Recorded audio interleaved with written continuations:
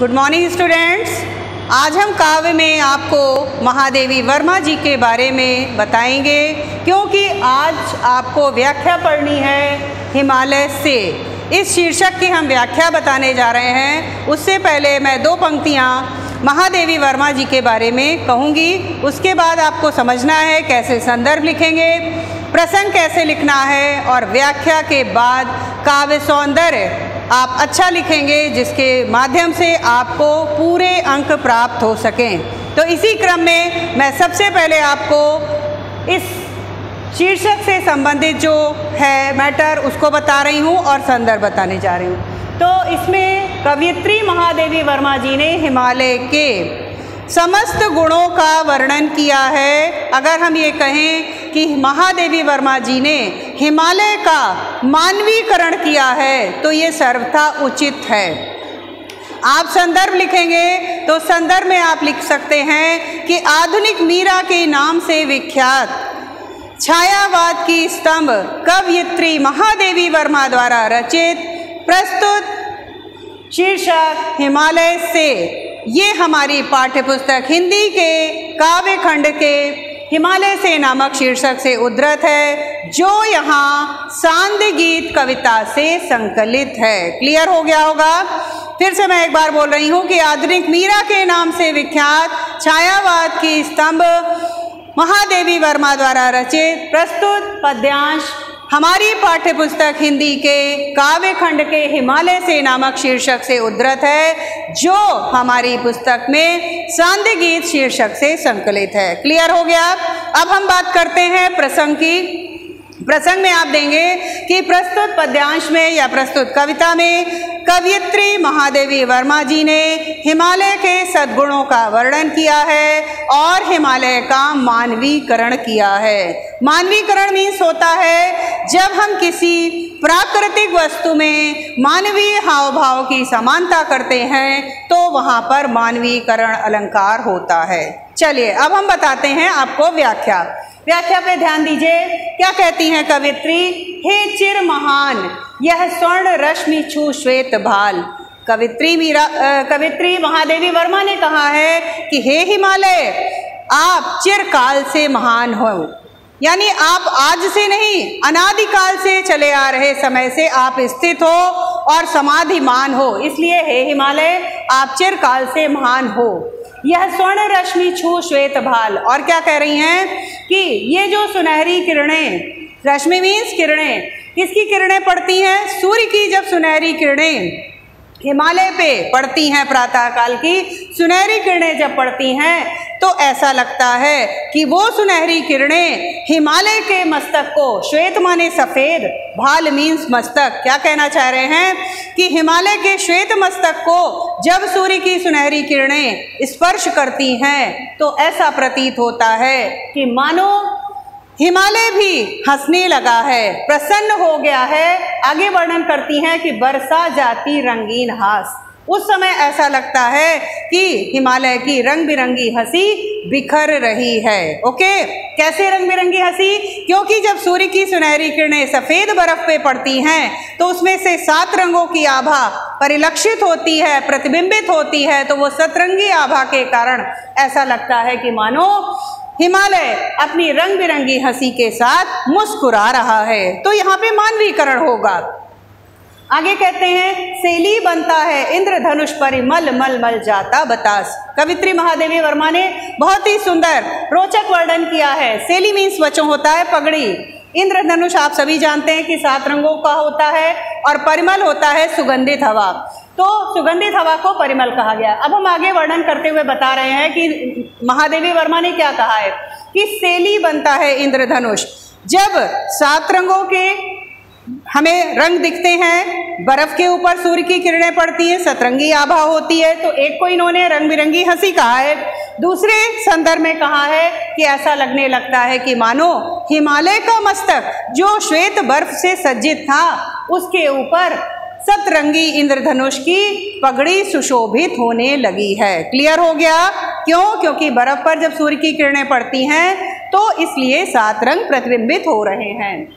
आगे कहती हैं परिमल मल मल जाता बतास। कवित्री महादेवी वर्मा ने कहा है कि हिमालय पर्वत से बहने वाली या गुजरने वाली जो सुगंधित वायु है, यानी परिमल माने सुगंधित वायु, जब वो वहाँ से गुजरती है तो वो सुगंधित वायु हिमालय के शरीर को स्पर्श करते हुए वहाँ से गुजरती है, बहती है, तो ऐसा लगता है कि वो सुगंधित परिमल हिमालय के शरीर पर बतास माने मीठा, मीठा सा मलहम का लेप कर देती है। जिस प्रकार उपटन का लेप करके व्यक्ति सुंदरता को प्राप्त करता है, उसी प्रकार से सुगंधित हवा वहाँ से गुजरती है, तो ऐसा लगता है कि हिमालय के शरीर पे एक मीठा सा लेप करके जा रही है। ओके, क्लियर हो गया।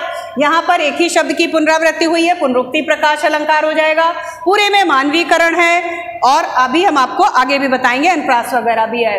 पर रागहीन तू हिम निधान, लेकिन कवित्री का कहना है कि हे हिमालय, इतनी सुगंधित वायु तुम्हारे शरीर को स्पर्श करती है, लेकिन तुम्हारे ऊपर प्रेम का भी कोई प्रभाव नहीं पड़ता है। राग मीन्स होता है प्रेम, हिम मीन्स बर्फ, निधान माने खजाना। लेकिन हे हिमालय, तू तो राग से हीन है, तेरे ऊपर किसी भी प्रेम का कोई प्रभाव नहीं पड़ता है। और हिम निधान, तू अपनी गोद में बर्फ रूपी खजाने को धारण किए हुए एकाग्र भाव से एक जगह पर खड़ा है। तो इस प्रकार से इन्होंने हिमालय के सद्गुणों का वर्णन किया है। आगे कहती हैं, नभ में गर्वित झुकता न शीश, पर अंक लिए है दीन छार। कवित्री कहती हैं कि हे हिमालय, तू अपना शीश, अपना सिर आकाश तक ऊंचा किए हुए है। तेरा सिर आकाश तक उन्नत है, गर्व से ऊंचा किए खड़ा है। तेरा शीश यानी सिर, शीश माने सिर, तेरा सिर आकाश में गर्व से ऊंचा खड़ा हुआ है और तू किसी के आगे झुकता नहीं है, तेरा सिर कभी झुकता नहीं है। पर अंक लिए है दीन छार। यहाँ पे हिमालय के स्वाभिमानी गुण का वर्णन किया है कि हिमालय स्वाभिमान से अपने सिर को, अपने मस्तक को ऊंचा किए खड़ा रहता है। लेकिन दूसरी तरफ हिमालय की दयालुता का वर्णन किया है, कहा है कि तू अंक लिए है दीन छार। अंक माने गोद में होता है, दीन माने तुच्छ यानी छोटी सी चीज, छार मीन्स मिट्टी या राख। लेकिन दूसरी तरफ हिमालय स्वभाव से इतना दयालु है कि दीनहीन मिट्टी को भी अपनी गोद में समेटे हुए है। तो बच्चों यहाँ पे विरोधाभास अलंकार हो जाएगा, क्योंकि एक और उसके स्वाभिमानता की बात कर रहे हैं, दूसरी तरफ दयालुता की बात कर रहे हैं। एक तरफ कठोरता है, दूसरी तरफ दयालुता है, इसलिए यहाँ पे विरोधाभास अलंकार भी हो जाएगा। आगे बढ़ते हैं, मन गल जाता नत विश्व देख, विश्व देख तन सह लेता है कुलिश भार। कवित्री ने कहा है कि हे हिमालय, तेरे शरीर के ऊपर कठोर प्रहार होते हैं, जैसे बर्फ गिरती है, पत्थर के टुकड़े गिरा करते हैं, तू कठोर से कठोर भार को सह लेता है और लेकिन तेरे ऊपर कोई भी प्रभाव नहीं होता है ना। पर मन गल जाता नत विश्व देख, लेकिन जब तू सारे संसार को देखता है कि सारे संसार के लोग तेरे आगे छोटे से हैं, बौने से प्रतीत होते हैं, उस समय ऐसा लगता है हिमालय द्रवित हो जाता है, यानी पिघलने, उसका हृदय उमड़ने लगता है। क्यों कहा है? क्योंकि जब हिमालय पे छाई बर्फ पिघलती है, उसको कवित्री ने हिमालय के आंसू मान लिया है कि जब तुझे सारे संसार को अपने आगे झुका हुआ देखता है तो ऐसा लगता है कि मानो हिमालय का मन पिघल जाता है, दयालुता से भर जाता है, तन सह लेता है कुलिश भार। दूसरी तरफ विरोधाभास में क्या कहा है कि दूसरी ओर हिमालय कठोर से कठोर भार को सह लेता है, लेकिन जब वो सारे संसार को झुका हुआ देखता है, नत देखता है, तो वो द्रवित हो जाता है।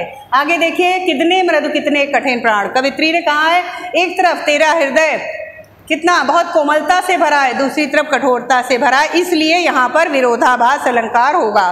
क्लियर है? पूरे में मानवीकरण है।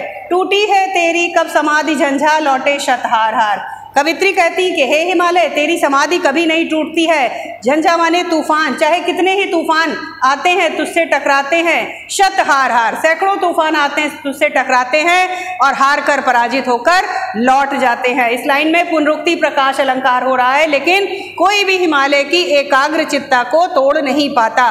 हिमालय समाधि रूप में एक भाव से, एकाग्र भाव से स्थिर रहता है। बैचला द्रगों से किंतु नीर सुनकर जलते कड़की पुकार। क्या कहा है? लेकिन जब ग्रीष्म ऋतु होती है, धरती की धूल जलने लगती है, उस समय ऐसा लगता है कि मानो हिमालय के नेत्रों से आंसू बह रहे हैं। क्यों? क्योंकि हिमालय पे छाई हुई बर्फ पिघलने लगती है। उस समय ऐसा लगता है कि मानो हिमालय द्रवित हो रहा है, उसकी आंखों से आंसू बह रहे हैं। सुख से विरक्त दुख में समान। कवित्री कह रही हैं कि ना तो तेरे ऊपर सुख का कोई प्रभाव पड़ता है, ना दुख में तू दुखी होता है, तू दुख और सुख में एक समान भाव से रहता है। सुख से विरक्त यानी सुख का भी कोई प्रभाव नहीं पड़ता है, विरक्त रहता है यानी सुख से कोई खुश नहीं होता और दुख में भी समान भाव से खड़ा रहता है। मेरी जीवन का आज मुख तेरी छाया से हो मिलाप। क्या कह रही है कवित्री कि हे हिमालय, तू इतने सद्गुणों से परिपूर्ण है, अगर तेरे जीवन का आंशिक प्रतिबिंब मात्र भी मेरे जीवन पे आ जाए तो मेरा आज का ये जीवन धन्य हो जाएगा। तन तेरी साधकता छूले, मन ले करुणा की था नाप।